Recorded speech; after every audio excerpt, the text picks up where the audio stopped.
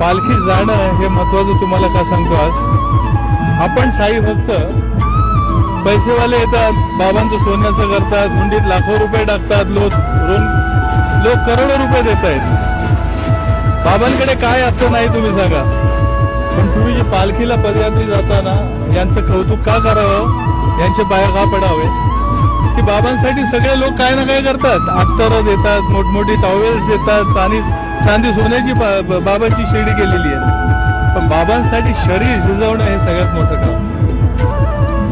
नशिबाने हे शरीर मिळालंय आणि बाबा मी तुमच्यासाठी काय देऊ शकतो, तर बाबा ह्या शरीराला झिजवतो फक्त तुमच्यासाठी.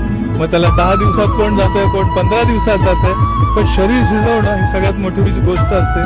जसं माणसाला आपण पाणी पाजतो किंवा अन्न देतो ना, त्या प्रकारे देवासाठी शरीर झिजवणं किंवा 2 आसवं टाकणं देवासाठी, रडणं प्रेमाने की हे देवा मी तुझा कोण नाही लागत आणि तू माझा कोण नाही लागत, पण मी जी गाणी गातो ती तुम्ही ऐकता आणि मला लेकरासारखं पुरवताय.